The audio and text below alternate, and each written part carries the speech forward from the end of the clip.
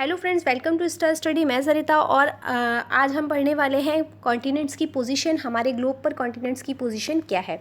तो जैसा कि आप अपनी स्क्रीन पर देख रहे हैं कि हमारा जो ग्लोब है ना, हमारा ग्लोब कैसा है, हमारा ग्लोब कैसा होता है, गोल होता है। हमारा ग्लोब कैसा है, गोल है। ठीक है, अगर मैं इसको पैसिफिक ओशन से, ठीक है, अगर मैं अपने ग्लोब को पैसिफिक ओशन से दो भागों में कट कर दूं तो हमारे पैसिफिक ओशन कितने हो जाएंगे, दो हो जाएंगे। हमारे पैसिफिक ओशन कितने हो जाएंगे, दो हो जाएंगे। और वो हमें फिर कैसा दिखाई देगा, जैसा कि आपको नीचे स्क्रीन पर दिख रहा है, हमें ये ऐसा ओपन मैप दिखाई देगा। ठीक है, ओपन मैप दिखाई देगा।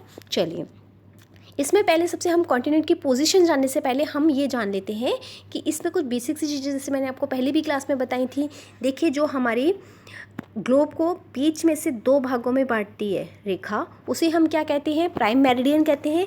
नॉर्थ पोल से साउथ पोल को काटने वाली रेखा को हम क्या बोलते हैं, प्राइम मेरिडियन बोलते हैं। ठीक है, नॉर्थ पोल से साउथ पोल को काटने वाली रेखा को क्या बोलते हैं, प्राइम मेरिडियन बोलते हैं। ये मैंने आपको पहले भी बताया था, प्राइम मेरिडियन बोलते हैं। ठीक है, ये वाली लाइन हमारी रेखा कौन सी होती है, प्राइम मेरिडियन होती है, जो हमारी नॉर्थ पोल से साउथ पोल जाती है। ठीक है, आपको मैंने बताया था एक बीच में लाइन होती है, ये भी हमारे ग्लोब को दो भागों में बांटती है।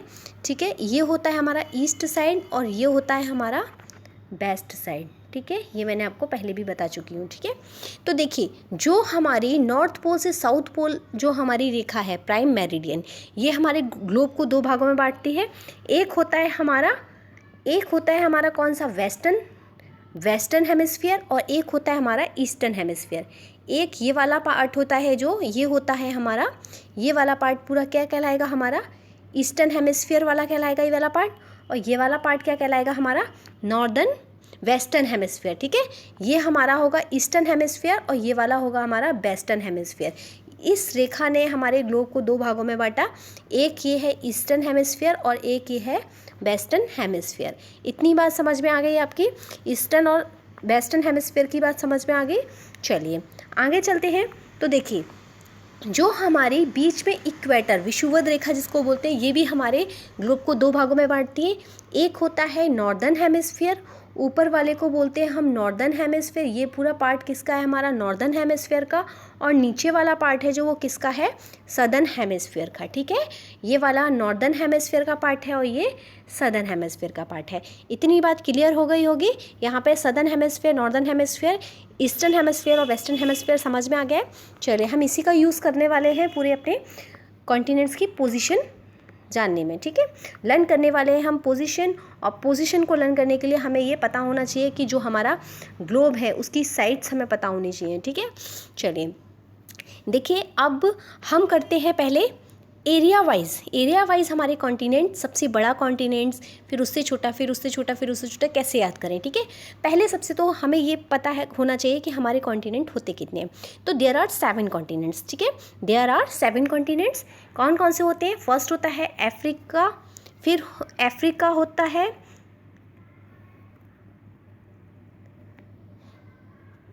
फिर Antarctica, Asia, Europe, north America, south America. ठीक है, इतने तो हमारे क्या होते हैं, 7 कॉन्टिनेंट्स होते हैं। अब हम लर्न करेंगे एशिया वाइज कॉन्टिनेंट। ठीक है, ये तो हमारे 7 कॉन्टिनेंट हो गए, Africa, Antarctica, Asia, Australia, Europe, north America और साउथ अमेरिका। अब हम करने वाले हैं कि एरिया वाइज सबसे बड़ा कॉन्टिनेंट कौन सा है। ठीक है, इसको हम लर्न करेंगे झट से। देखिए, आप ये देखिए कि ईस्टर्न साइड की हमारा एशिया सबसे बड़ा कॉन्टिनेंट है, ये सबको पता है। ठीक है, एशिया सबसे बड़ा कॉन्टिनेंट है, ये सबको पता है। उससे नीचे ही थोड़ा साइड में ही आता है हमारा अफ्रीका, सेकंड नंबर पे हमारा है अफ्रीका। सबसे बड़ा एशिया, फिर अफ्रीका। उसके बाद हम आ जाते हैं वेस्टर्न साइड के दो हैं हमारे, थर्ड नंबर पे है नॉर्थ अमेरिका, फोर्थ नंबर पे है साउथ अमेरिका। ठीक है, पहले ईस्टर्न साइड के दो, एशिया अफ्रीका, फिर वेस्टर्न साइड के दो, north America south America, Asia Africa north America south America. ठीक है, ईस्टर्न साइड के 2, एशिया अफ्रीका, फिर नॉर्थ अमेरिका साउथ अमेरिका। उसके बाद आता है हमारा 5 नंबर पे आता है हमारा अंटार्कटिका, 5 नंबर पे आता है हमारा अंटार्कटिका। उसके बाद आप लगा सकते हैं, आइडियाज़ लगा सकते हैं कि ऑस्ट्रेलिया हमारा सबसे छोटा है, तो ऑस्ट्रेलिया तो 7 नंबर पे होगा, तो 6 नंबर पे कौन सा होगा, यूरोप होगा। ठीक है, 6 नंबर पे कौन सा होगा, यूरोप होगा। तो आप ऐसे भी लगा सकते हैं कि ईस्टर्न साइड के एशिया अफ्रीका, पहले सबसे बड़ा एशिया, फिर अफ्रीका, उसके बाद आता है हमारा वेस्टर्न साइड के नॉर्थ अमेरिका, साउथ अमेरिका, उसके बाद आता है हमारा सदर्न हेमिस्फीयर में अंटार्कटिका, और फिर हमारा 6 नंबर पे आता है नॉर्दर्न हेमिस्फीयर में यूरोप, नॉर्दर्न के ईस्टर्न साइड, ठीक है, नॉर्दर्न के ईस्टर्न साइड है ये ईस्टर्न साइड, क्योंकि ये जो रेखा है इसके किधर है, ये ईस्टर्न साइड है, ये वाला पार्ट कौन सा था, ईस्टर्न साइड वाला था। 6 नंबर पे यूरोप और 7 नंबर पे है ना सदर्न हेमिस्फीयर में ऑस्ट्रेलिया, सदर्न हेमिस्फीयर की ईस्टर्न साइड है, ईस्टर्न साइड है ना, तो हमारा ईस्टर्न साइड क्यों बोलेंगे इसको, क्योंकि ये ईस्टर्न साइड है हमारा, है ना, सदर्न हेमिस्फीयर क्योंकि ये विषुवत रेखा के नीचे है, ठीक है। तो 7 नंबर पे हमारा ऑस्ट्रेलिया, ये आपको समझ में आया एरिया वाइज। चलिए अब बात करते हैं हम पॉपुलेशन वाइज। पॉपुलेशन वाइज अगर बात करें तो सबसे बड़ा कौन सा है, तो देखिए सबसे बड़ा पॉपुलेशन में भी हमारा कौन सा है, एशिया है, सबसे बड़ा कौन सा है, एशिया है, और सेकंड नंबर अफ्रीका है, ठीक है। ये आपको याद रखना है कि ईस्टर्न साइड के पॉपुलेशन की बात की जाएगी तब क्या होगा, एशिया, अफ्रीका, यूरोप तीनों एक साथ, ईस्टर्न साइड के तीनों हैं, ठीक है। क्या ईस्टर्न साइड के जो तीनों हैं, ईस्टर्न साइड के तीनों नॉर्दर्न हेमिस्फीयर में है, जो है नॉर्दर्न हेमिस्फीयर में है ना तीनों, नॉर्दर्न ईस्टर्न साइड के नॉर्दर्न हेमिस्फीयर के तीनों ही हमारे पॉपुलेशन वाइज हैं, Asia, Africa, Europe, Asia, Africa, Europe, Asia, Africa और यूरोप। उसके बाद आता है हमारा एशिया, अफ्रीका और हमारा आता है यूरोप, ठीक है, ये चीज़ याद रखनी है। 4th नंबर पे आता है हमारा नॉर्थ अमेरिका, 5 नंबर पे आता है south America, north America, south America. उसके बाद बात रह गई 2 की, अंटार्कटिका और ऑस्ट्रेलिया। तो आप लगा सकते हैं कि इधर अंटार्कटिका में क्या रहती है, बर्फ़ ज़्यादा होती है, तो इधर लोग नहीं ज़्यादा रहते होंगे, ऑब्वियसली कहाँ रहते होंगे, ऑस्ट्रेलिया में रहते होंगे, है ना, ऑस्ट्रेलिया में रहते होंगे। तो ऑस्ट्रेलिया हमारा किस नंबर पे आएगा, 6 नंबर पे आएगा ऑस्ट्रेलिया, और 7 नंबर पे आएगा हमारा अंटार्कटिका, क्योंकि इधर बर्फ़ वगैरह भी रहती है, तो इधर ज़्यादा लोग नहीं रहते होंगे, तो आप सेंस से भी लगा सकते हैं कि ऑस्ट्रेलिया में ज़्यादा रहते होंगे, ठीक है। ये बात समझ में आ गई। अगर हम इसके परसेंटेज की बात करें तो देखिए परसेंटेज में सबसे बड़ा, अगर मैं इसकी बात करूं कि ये विश्व के कितने भाग में फैला हुआ है, तो एशिया है वो हमारा 29.5% भाग पर फैला है, 29.5% भाग पर फैला हुआ है, ठीक है।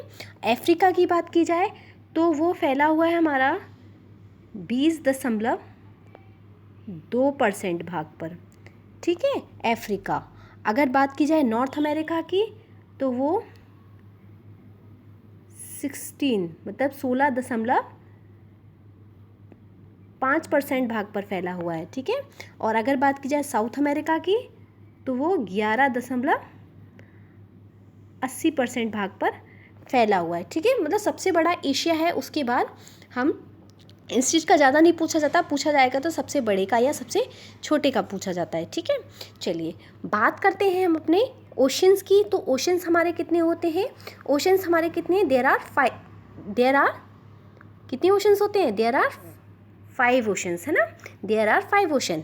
देखिए एक होता है Atlantic oceans, Arctic oceans, Indian ocean, Pacific ocean और सदर्न ओशन, ठीक है। चलिए हम इसको भी जान लेते हैं। इसमें क्लियर नहीं दिख रहा तो हम नीचे वाले पोर्शन में जानेंगे कि हमारे जो ओशंस है उनकी पोजीशन क्या है, ओके। तो चलिए स्टार्ट करते हैं। देखिए आपने अभी मैंने बताया कि ओशंस कितने हैं, 5 हैं।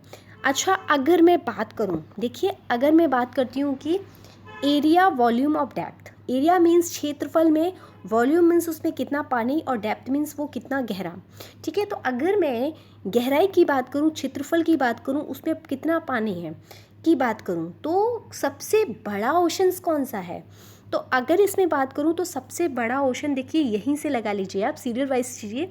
सबसे बड़ा ओशन है पैसिफिक ओशन, सबसे बड़ा। अगर मैं एरिया, डेप्थ और वॉल्यूम की बात करूं तो सबसे बड़ा कौन सा है, पैसिफिक ओशन। दूसरा है अटलांटिक ओशन, दूसरा है अटलांटिक ओशन। थर्ड है आर्कटिक ओशन, थर्ड कौन सा है, आर्कटिक ओशन। थर्ड नंबर पे कौन सा है, थर्ड नंबर पे है इंडियन ओशंस, ठीक है। थर्ड नंबर पे कौन सा है? Indian ocean. देखिए फर्स्ट नंबर पे पैसिफिक ओशन, सेकंड नंबर पे अटलांटिक ओशन, थर्ड नंबर पे है इंडियन ओशन। ये तीनों सीरियल वाइज हैं, ठीक है। उसके बाद आता है हमारा सदर्न ओशन, ठीक है। उसके बाद फोर्थ नंबर पे कौन सा ओशन आता है हमारा? Southern ocean. और 5 नंबर पे कौन सा आता है हमारा? 5 नंबर पे आता है आर्कटिक ओशन। अगर मैंने वॉल्यूम, एरिया, डेप्थ की बात की है तो सबसे बड़ा कौन सा हुआ? पैसिफिक ओशन यानी प्रशांत महासागर, अटलांटिक ओशन, और फिर इंडियन ओशंस यानी हिंद महासागर।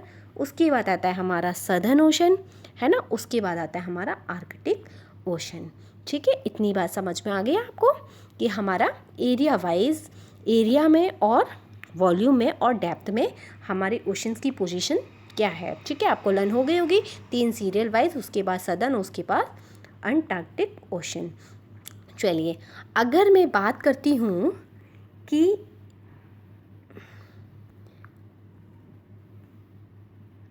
अगर मैं बात करूँ कि जो हमारा तटीय रेखा जो सबसे ज़्यादा बनाता है ना, कोस्टल लाइन जो बनाता है, तो अगर मैं कोस्टल लाइन की बात करूँ, है ना, एरिया, वॉल्यूम, डेप्थ और कोस्टल लाइन, इन सभी की बात करूँ तो सबसे ज़्यादा कोस्टल लाइन कौन बनाता है? तो देखिए सबसे ज़्यादा कोस्टल लाइन बनाता है जो हमारा वो है पैसिफिक ओशन। देखिए सबसे ज़्यादा कोस्टल लाइन यानी कि लैंडमार्क से जो सबसे ज़्यादा टच होता है ना, तटीय रेखा बनाता है, तो सबसे ज़्यादा बनाता है हमारा पैसिफिक ओशन। उसके बाद बनाता है हमारा अटलांटिक महासागर। उसके बाद कौन सा बनाता है हमारा? अटलांटिक महासागर। उसके बाद बनाता है हमारा हिंद महासागर यानी इंडियन ओशन। उसके बाद बनाता है हमारा आर्कटिक ओशन 4th नंबर पे, और 5 नंबर पे सदर्न ओशन। देखिए ये बहुत कम तटीय रेखा बना रहा है ना, और इससे ज़्यादा कौन बना रहा है? अटलांटिक ओशन बना रहा है। देखिए सदर्न ओशन बहुत कम तटीय रेखा बना रहा है और ये ज़्यादा बना रहा है, ठीक है। सबसे ज़्यादा पैसिफिक ओशन बनाता है यानी प्रशांत महासागर बनाता है, सेकंड नंबर पे अटलांटिक ओशन बनाता है, और थर्ड नंबर पे इंडियन ओशन बनाता है। 4th नंबर पे आप मैप में भी देख रहे हैं कि 4th नंबर पे कौन सबसे ज़्यादा तटीय रेखा बना रहा है? Arctic ocean. और फिर बनाता है सबसे ज़्यादा कम बनाता है, जो बनाता है सदर्न ओशन, ठीक है। इतनी बात आपको समझ में आ गई होगी। चलिए बात करते हैं अब हम जो हमारे पैसिफिक ओशन है। देखिए आपको अपनी स्क्रीन पर 2 पैसिफिक ओशन दिख रहे हैं, है ना, 2 पैसिफिक ओशन दिख रहे हैं। एक ये पैसिफिक ओशन दिख रहा है, एक ये पैसिफिक ओशन दिख रहा है। आपको यहाँ पे सदर्न पैसिफिक ओशन भी मिलेगा और नॉर्दर्न पैसिफिक ओशन भी मिलेगा। क्यों? क्योंकि देखिए जो यहाँ वाला पैसिफिक ओशन है, जो इक्वेटर के ऊपर वाला पैसिफिक ओशन है, ये नॉर्दर्न पैसिफिक ओशन कहलाएगा, और जो नीचे वाला पैसिफिक ओशन है ये सदर्न पैसिफिक ओशन कहलाएगा। और इसको मैंने क्योंकि पैसिफिक ओशन से कट करके लगाया था, कट करके ओपन किया, तो एक पैसिफिक ओशन, आधा पैसिफिक ओशन यहाँ आ गया और आधा यहाँ पर आ गया है, ठीक है। यहाँ पर भी वही कंडीशन होगी कि आधा नॉर्दर्न पैसिफिक ओशन होगा और आधा सदर्न पैसिफिक ओशन होगा। इक्वेटर के नीचे वाला सदर्न होगा, इक्वेटर के ऊपर वाला क्या होगा? नॉर्दर्न हेमिस्फीयर होता है, नीचे वाला सदर्न हेमिस्फीयर होता है। इतनी बात आपको समझ में आ गई होगी। चलिए देखिए आपको मैंने बताया कि पैसिफिक ओशन में आपको सदर्न पैसिफिक ओशन भी मिलेगा और नॉर्दर्न पैसिफिक ओशन भी मिलेगा, ठीक है।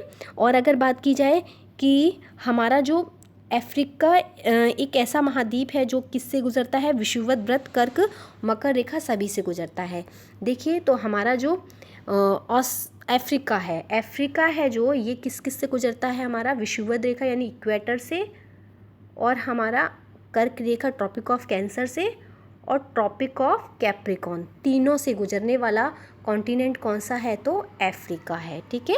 अफ्रीका कॉन्टिनेंट एक ऐसा कॉन्टिनेंट है जो तीनों रेखाओं से गुजरता है, ठीक है। चलिए बात करते हैं यहाँ पे। देखिए एक और क्वेश्चन आ जाता है कि जो हमारा जो प्राइम मेरिडियन लाइन है, जो हमारी प्राइम मेरिडियन लाइन आप देख रहे हैं, ये प्राइम मेरिडियन लाइन है और ये हमारी इक्वेटर है।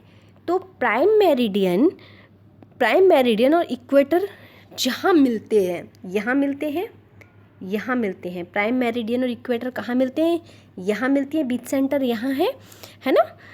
जहाँ पर भी वो मिलते हैं, है ना, तो वो कहाँ मिलते हैं, ऐसा क्वेश्चन आ जाता है। तो अफ्रीका के पास, देखिए ये आपको अफ्रीका कॉन्टिनेंट दिखाई दे रहा है, ये पूरा ही अफ्रीका कॉन्टिनेंट है, ये वाला अफ्रीका कॉन्टिनेंट दिखाई दे रहा है। अफ्रीका कॉन्टिनेंट के पास ही आपको ये दिख रहा है, एरो बन रहा है, गोल्फ ऑफ गिनी, है ना, गोल्फ ऑफ गिनी।